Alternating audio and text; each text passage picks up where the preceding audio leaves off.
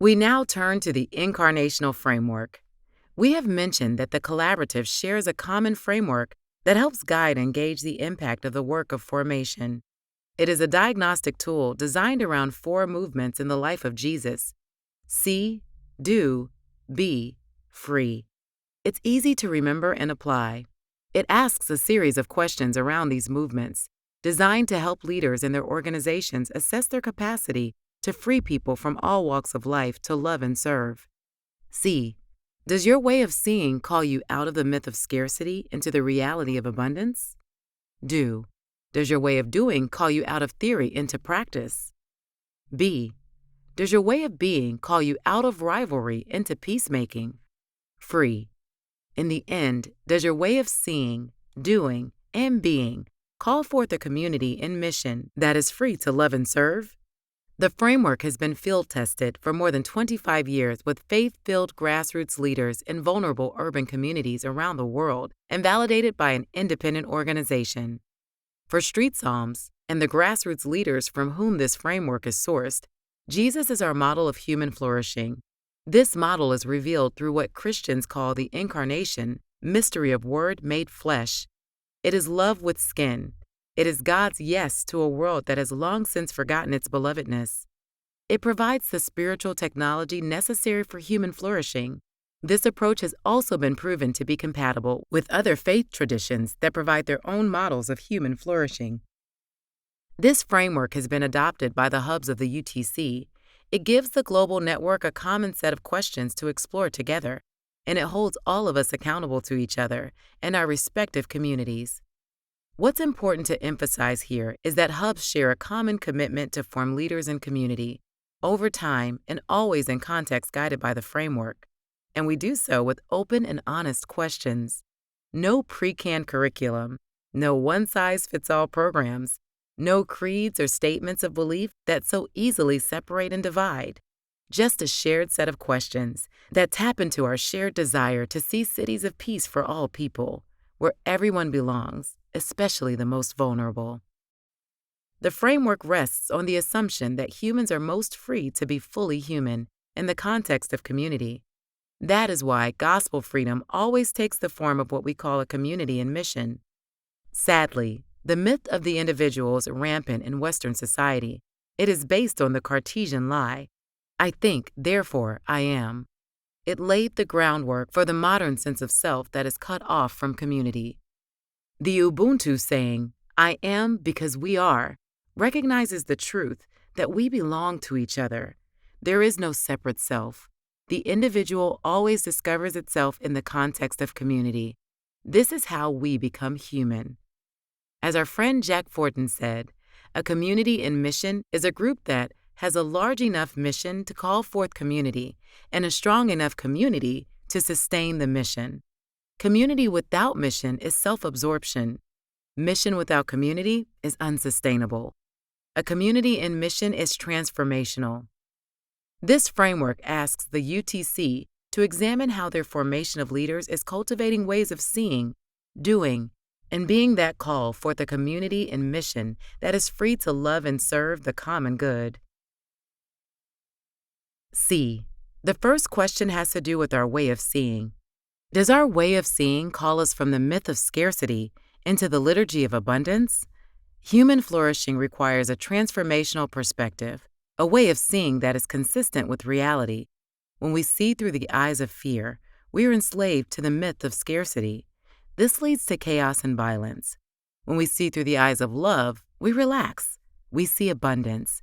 We see alternatives and opportunities that free us to create communities of peace where everyone belongs. The myth of scarcity is based on the lie, there is not enough.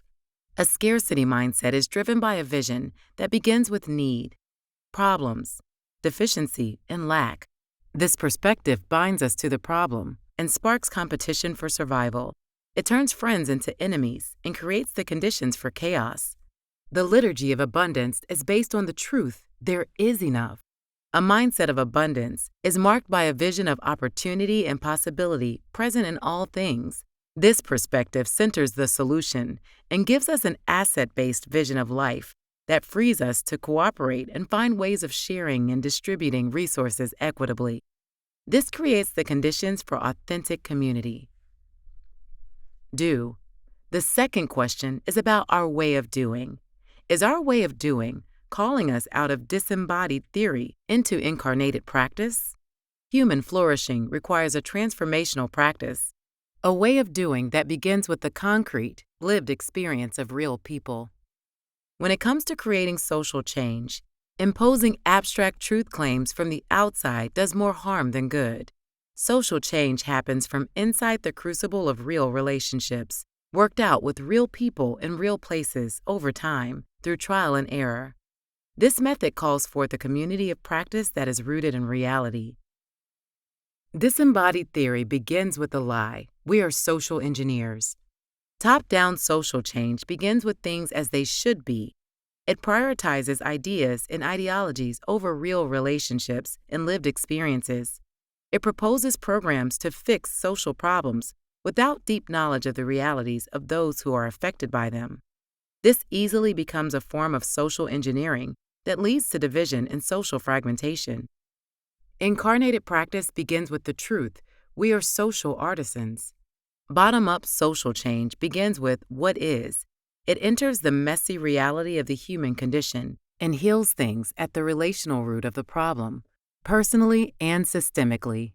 It's an art form that applies the rigor of science and the wisdom of the ages. Social artisans are relentless practitioners of hope that turn dreams into reality and ideas into action. They make the road by walking. B. The third question has to do with our way of being. Does our way of being call us out of rivalry to peacemaking? Human flourishing requires a transformational presence, a way of being that holds creative tension and builds bridges across difference for the sake of the whole. This way of being forms identity with and for the other, instead of over and against the other. This manner of being cultivates contemplative activists who call forth peace in all things. Rivalry begins with the lie, the other is our foe. This is a posture of engagement in which the other is seen as a threat. Strangers are foes that need to be excluded. This stirs up instability and social chaos. It creates the conditions for scapegoats. This kind of presence leads to unending cycles of violence. Peacemaking begins with the truth, the other is our friend. This is a posture of engagement that taps into the underlying unity of all things. This creates a culture of hospitality and belonging. It creates a community that is free of scapegoats. This kind of presence leads to lasting peace, well-being, and wholeness for all. Free. The fourth question has to do with freedom. Do we have a way of seeing, doing, and being that frees us from fear and calls forth a community and mission to do things they never thought possible? Human flourishing requires a transformational people who are free to love and serve. Freedom is the highest virtue. Without freedom, all of the virtues, like faith, hope, and love, are reduced to transactional tactics bound by fear. Virtues aren't strategies we use to get what we want. It's how we remain human. Fear dehumanizes us. It takes many forms, including our desire to control, our need for approval and certainty, our anxiety about the future. It binds us to the myth of scarcity, coercive theory, and the violence of rivalry. It holds us captive to the status quo and can set in motion a vicious cycle of hate. Freedom rehumanizes us. It unlocks a vision of abundance, calls forth liberating practice, and emboldens true peacemaking. It sets in motion the virtuous cycle of love, a way of seeing, doing, and being that frees us to love and serve results in human flourishing. Finally, the freedom we have in mind is not the kind of rugged individualism that is sometimes associated with the term. The freedom we desire is expressed within the context of a rich and diverse and complicated community whose freedom to love and serve, according to the shape of its own vocation and call, is paired with the responsibility to seek the common good of all.